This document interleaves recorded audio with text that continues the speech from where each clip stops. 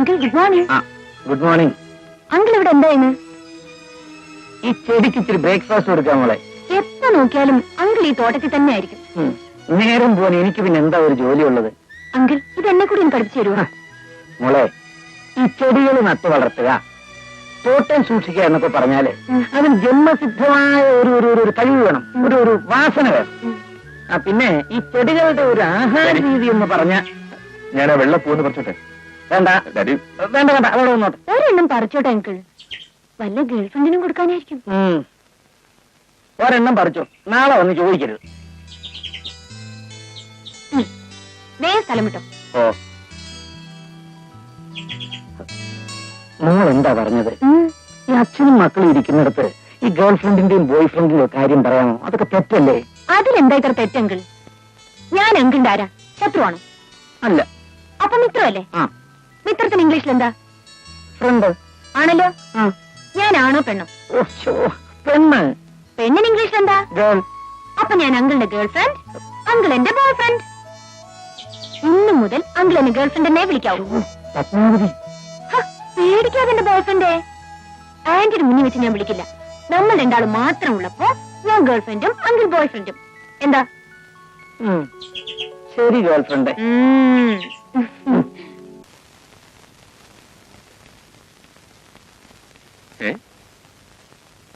അല്ല, മഞ്ജുവിടെ ഒറ്റയ്ക്ക് വന്നിരുന്ന എന്ത് ചെയ്യാണ്? ഞാൻ ഡാഡിക്ക് ഒരു കത്തെഴുതുക. ഡാഡിക്ക് കത്തെഴുതാൻ വേറെ ഒരു സ്ഥലം കണ്ടില്ലേ? ഇവിടെ ഉള്ളവരെ കുറിച്ച് കുറച്ച് പരദൂഷണം എഴുതുക. ഞങ്ങളെ കുറിച്ച് എന്ത് പരദൂഷണം എഴുതാനാണ്? അത് ഈ വീടും പിന്നെ ആന്റിയും ആന്റിയുടെ കുറെ ഡിസിപ്ലിനും അതനുസരിക്കുന്ന കുറെ ബുദ്ധൂസുകളും. അല്ല, ഞാൻ ഇവിടെ വന്നുകൊണ്ട് കൂടുതൽ ബുദ്ധിമുട്ട് രവിക്കാണല്ലേ? എനിക്കോ? അതെ, രവിയുടെ ബെഡ്റൂം ഞാൻ അപഹരിച്ചില്ലേ? ഇപ്പം രവിക്ക് കിടക്കാനായിട്ട് ശരിയായ ഒരു സ്ഥലം പോലുമില്ല. അങ്ങനെയൊന്നുമില്ല. വീട്ടിലൊരു ഗസ്റ്റ് വന്നു കഴിഞ്ഞാൽ അവരെ അതിന്റേതായ വിധത്തിൽ ട്രീറ്റ് ചെയ്യണ്ടേ? ഫോർ എക്സാമ്പിൾ, ഞാൻ മഞ്ജുവിന്റെ വീട്ടിൽ വന്നു തന്നെ ഇരിക്കട്ടെ. മഞ്ജുവിന്റെ ബെഡ്റൂം എനിക്ക് ഒഴിഞ്ഞു തരില്ലേ? എന്റെ ബെഡ്റൂമിൽ ഞാൻ ഒരാളും കേട്ടിട്ടില്ല.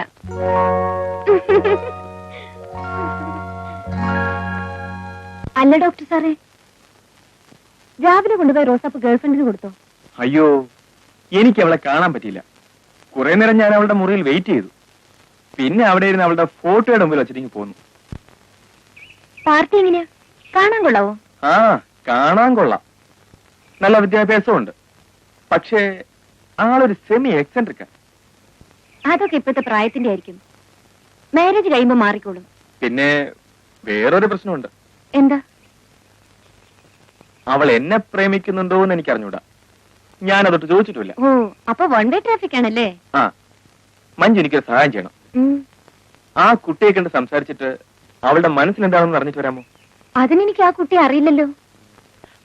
എന്റെ ബെഡ്റൂമിൽ, ഐ മീൻ മഞ്ജുവിന്റെ ഇപ്പോഴത്തെ ബെഡ്റൂമിൽ അവളുടെ ഒരു ഫോട്ടോ ഇരിപ്പുണ്ട്. അതിന്റെ മുമ്പിൽ ഞാൻ റോസാപ്പ് വെച്ചിട്ടുണ്ട്. അത് കണ്ടാൽ ആളെ മനസ്സിലാവും. ശരി, ഞാൻ പോയി നോക്കിട്ട് വരാം.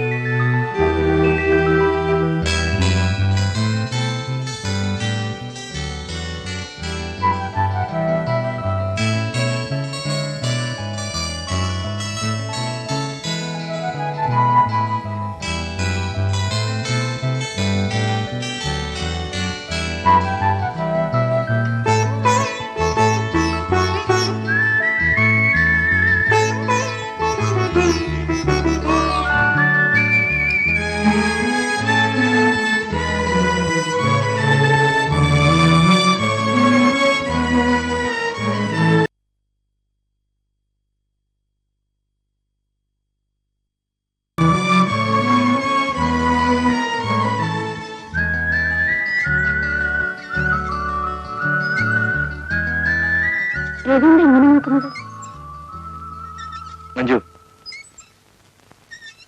മഞ്ജുവിനോട് എനിക്കൊരു പ്രത്യേക കാര്യം ചോദിക്കാനുണ്ട്. അതിന് കൃത്യമായ ഒരു ആൻസർ കിട്ടണം.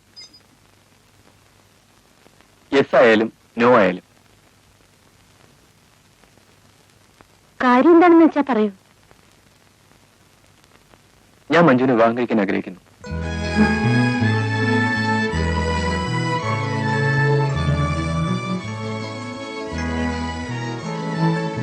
എന്താ മഞ്ജുവിനും മിണ്ടാത്തത്?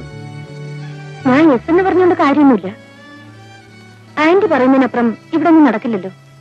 മഞ്ജു ഇവിടെ വന്ന് ഞങ്ങൾ എല്ലാവരുടെ മനസ്സിനെയും കീഴടക്കി. മമ്മി വിളിച്ചു. മഞ്ജു വിചാരിച്ചാൽ മമ്മിയും പോക്കറ്റിലാക്കാൻ കഴിയും.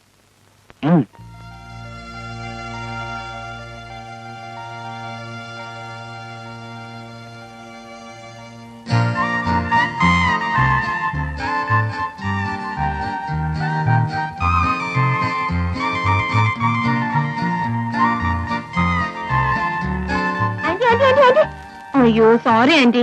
എവിടെയെങ്കിലും പുറത്തു പോകാൻ ഇറങ്ങുമ്പോ തിരിച്ചു വിളിക്കണമെന്ന് എനിക്കറിയാം. എന്നാലും എന്താ ആന്റി, ഞാൻ പറയുമ്പോ ആന്റിയെ മണിയടിക്കാനൊന്നും വിചാരിക്കരുത്. I am very Frank.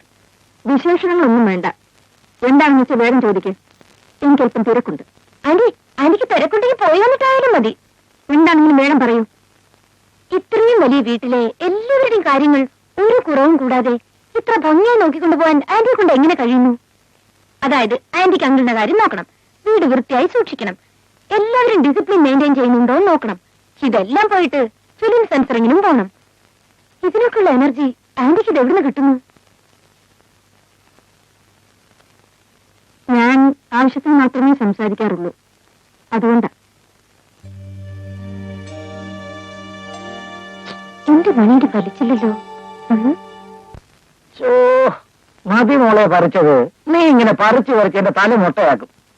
എനിക്കിങ്ങനെ ആരുടെങ്കിലും നരച്ചുമുടി പറിക്കുന്നതേ എന്തൊരു ഇഷ്ടമാണെന്നോ. ഓ, അപ്പൊ നീ എനിക്ക് വയസ്സായി എന്ന് പറയാ അല്ലേ? എനിക്ക് അത്ര വയസ്സൊന്നും ആയിട്ടില്ല. വീട്ടിൽ ഡാഡിയുടെ മുടി പറിക്കാന്ന് വെച്ചാ ഒരു രക്ഷയില്ല. ഓ, നരച്ച മുടി പറിക്കാൻ നിന്റെ ഡാഡിക്ക് മുടി ഉണ്ടായിട്ട് വേണ്ടേ? ആ, അത് തന്നെ. ഡാഡിയുടെ തലയാണെങ്കിൽ പെർഫെക്റ്റ്ലി ഗുഡ് നൈറ്റ്. അത് ശരിയാ.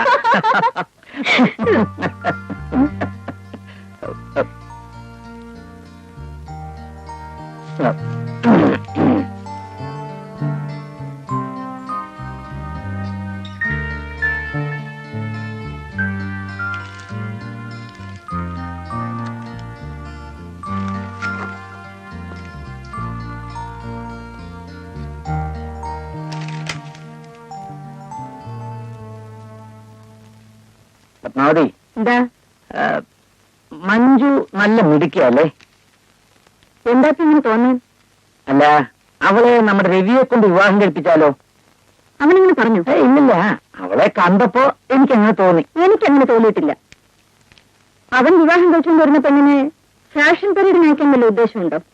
ഇല്ലല്ലോ. അടക്കോ ഒതുക്കോ ഉള്ളൊരു പെണ്ണിനാണ് ഇവിടെ ആവശ്യം. ഇങ്ങനെയുള്ള പെൺകുട്ടികൾ അവരുടെ സ്വന്തം കാര്യങ്ങൾ മാത്രമേ നോക്കുള്ളൂ. യൂസ്ലെസ്.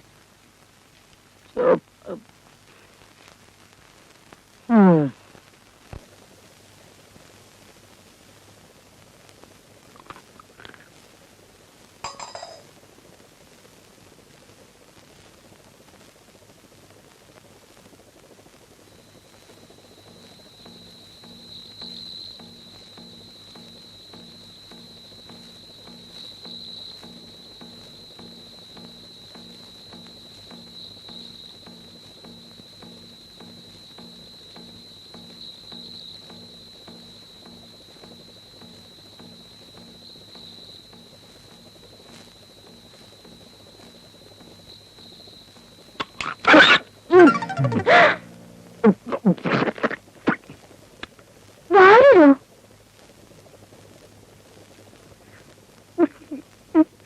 വാരെന്താ കഴിക്കുന്നേ? ചിക്കനോ? താൻ ആള് കൊള്ളാമല്ലോ.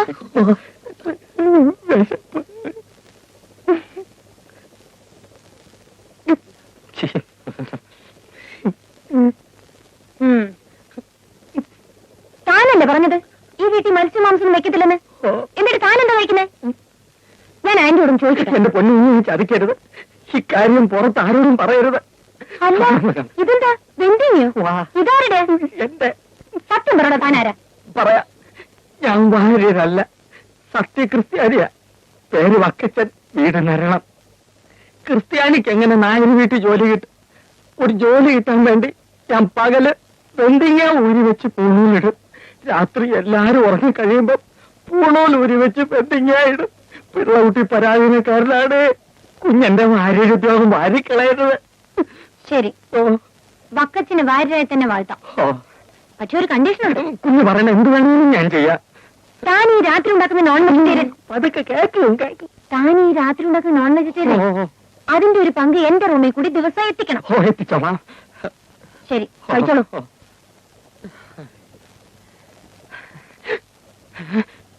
കുഞ്ഞേ, എന്താടോ? എന്റെ ചിക്കൻ എന്തെങ്കിലും കൊച്ചമ്മ അറിയരുതേ. ഇല്ല. ആ.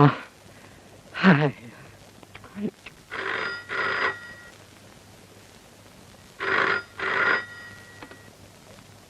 ഹലോ, കണ്ണൂരിൽ നിന്ന് ട്രങ്കോളോ? ആ, കണക്ട് ചെയ്യൂ. ഹലോ, ആരാ? ആ ചേട്ടനാണോ? എന്താ ജയദേവന്റെ വിവാഹം ഈ 15-ന് ഫിക്സ് ചെയ്തിരുന്നോ? Very good. ഇല്ല, അദ്ദേഹത്തിന് എനിക്ക് വരാൻ പറ്റുമെന്ന് തോന്നുന്നില്ല. അദ്ദേഹത്തിന് സുഖമില്ലായിരിക്കല്ലേ? ആ, പിള്ളേരെല്ലാരും വരുന്നുണ്ട്. തലേ ദിവസം തന്നെ അയക്കാം. എന്താ? ആ, ഇവിടെ എല്ലാവർക്കും സുഖം തന്നെ. എന്നാ വെക്കട്ടെ. ശരി. ആരാ മമ്മി? കണ്ണൂരിന്ന് ചേട്ടനാ. ഈ 15-ാം തീയതി ജയദേവന്റെ വിവാഹമാണെന്ന്. അവൻ കുറെ നാളായാലും പെണ്ണ് കാണാൻ തുടങ്ങിയിട്ട്.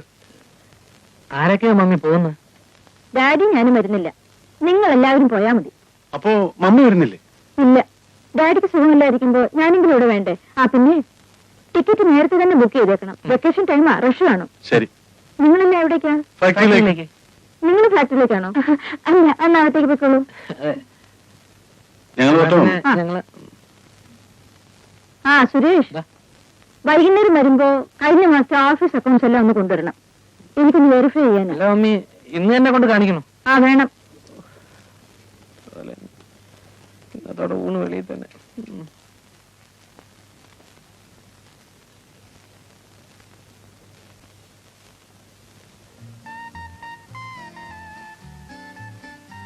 May I come in, sir?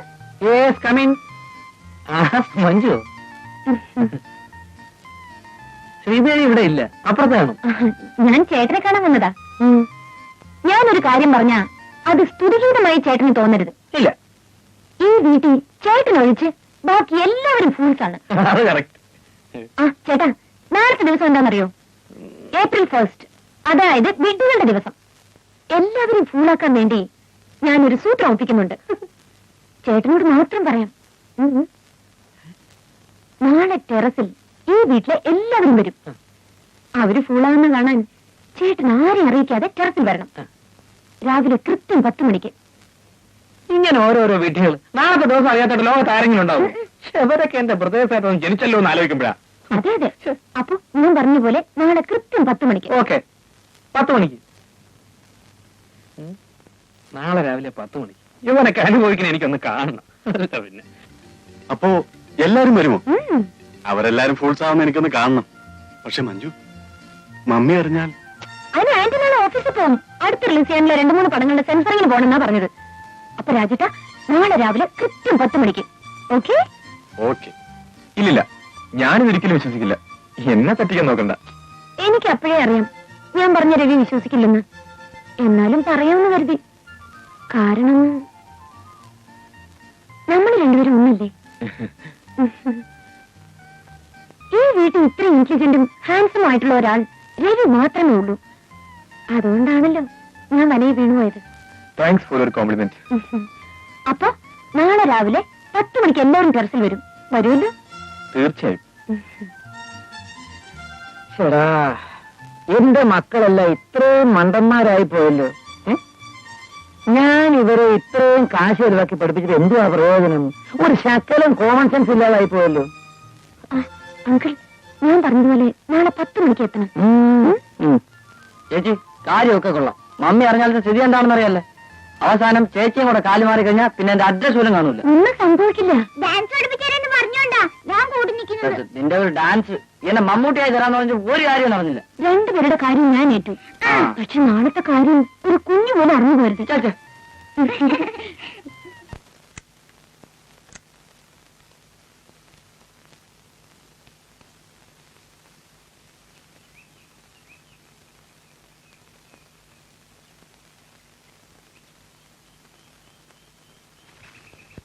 ആരെയും കാണുന്നു.